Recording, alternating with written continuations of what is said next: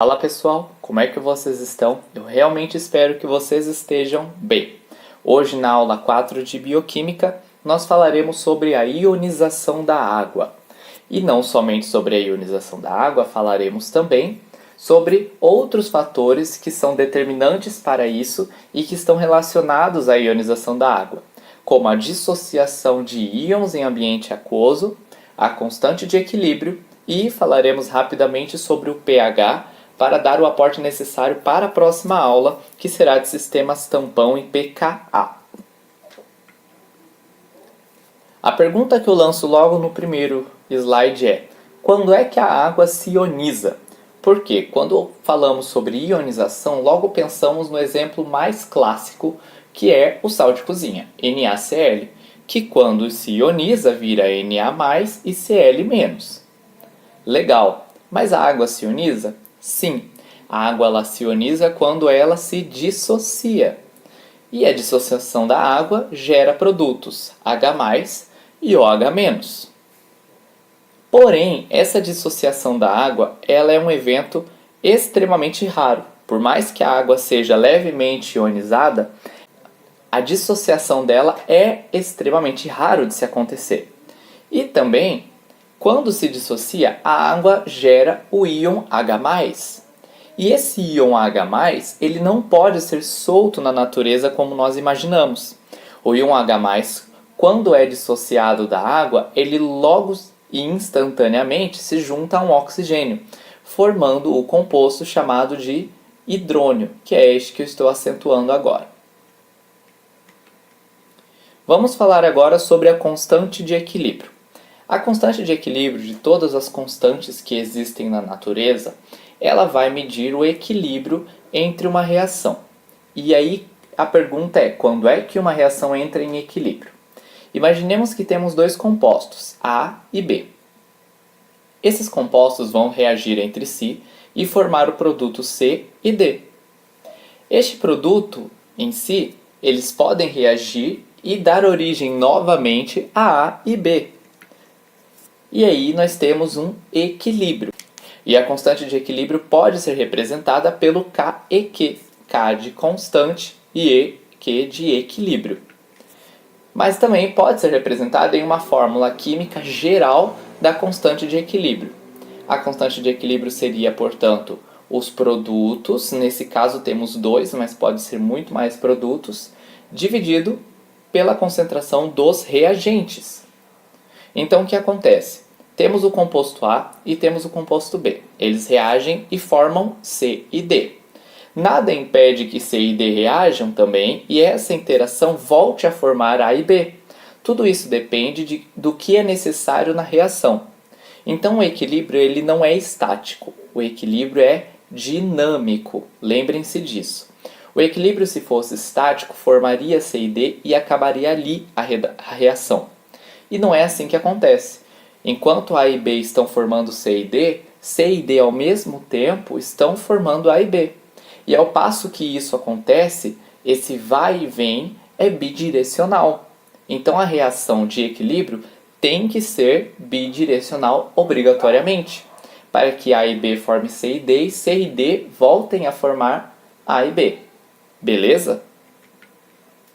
Tudo isso é medido em molar. A unidade de medida da constante de equilíbrio é molar, mas também pode ser representada por mol por litro, e isso é importante caso você tenha uma equação que precise dessa unidade e não dessa. Saiba então relacionar que molar é a mesma coisa que mol por litro. Falaremos um pouco então sobre a ionização da água para entender melhor a constante de equilíbrio. Então, como eu disse, a constante de equilíbrio é uma constante que mede o equilíbrio das reações. Para a água não seria diferente. Então, e portanto, a constante de equilíbrio determina a concentração da água na própria água. Isso pode parecer um pouco louco no começo, mas em 25 graus Celsius, como eu disse, somente 2 entre 10 elevado à nona potência moléculas de água são ionizadas. Então é um evento extremamente raro.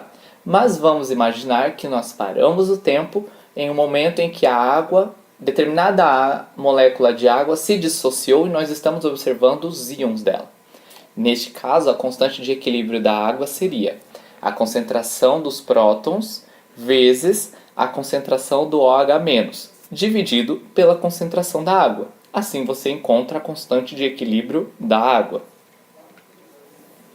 Para encontrar então a concentração da água e então encontrarmos ao final a constante de equilíbrio, é necessário que utilizemos uma fórmula química básica. A fórmula química da concentração, em que nós temos molar é igual a massa em gramas de qualquer composto dividido pela massa molar vezes o volume. Então, pensemos que em 1 litro de água nós temos 1000 gramas.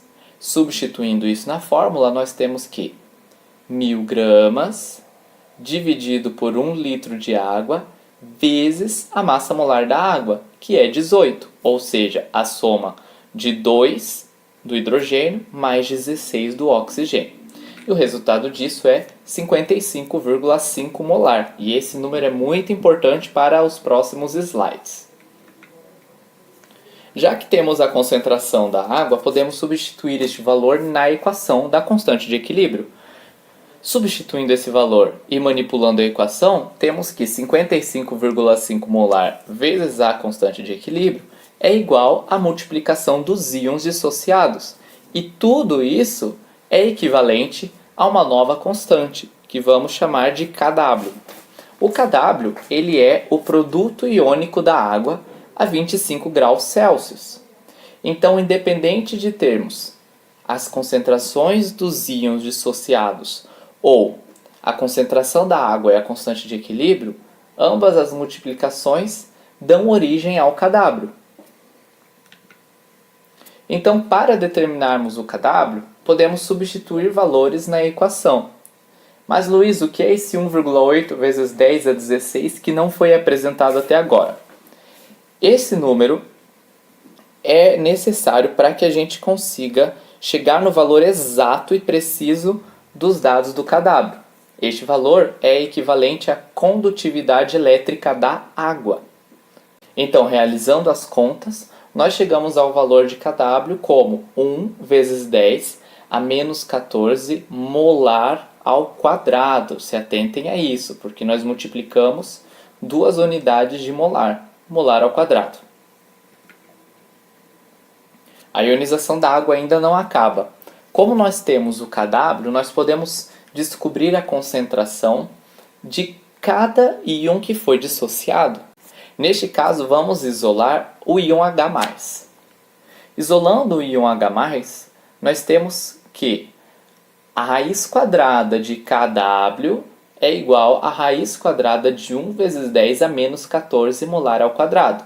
Realizando todas as operações necessárias para que se tire a raiz dos números, nós temos que H+ é igual a OH- e que tudo isso é igual a 10 elevado a menos 7 molar. Esse número é importante para a gente porque ele vai dar origem à escala de pH. Então, retomando, como o produto iônico da água é uma constante, que é o Kw, quando nós temos a concentração de íons H+ maior que 1 vezes 10 a menos 7, nós teremos a concentração de OH- menor que 1 vezes 10 a menos 7. E isso acontece porque quando um aumenta de valor, o outro é consumido para que se mantenha o equilíbrio, o que faz sentido. Porque ao passo que aumenta o H+, nós temos que consumir o outro para que o equilíbrio se mantenha. Lembrando que o equilíbrio não é estático, o equilíbrio é dinâmico. Então, se aumenta H+, OH- diminui. Mas se aumenta OH-, H+ diminui para que consuma também o OH-. Tudo bem?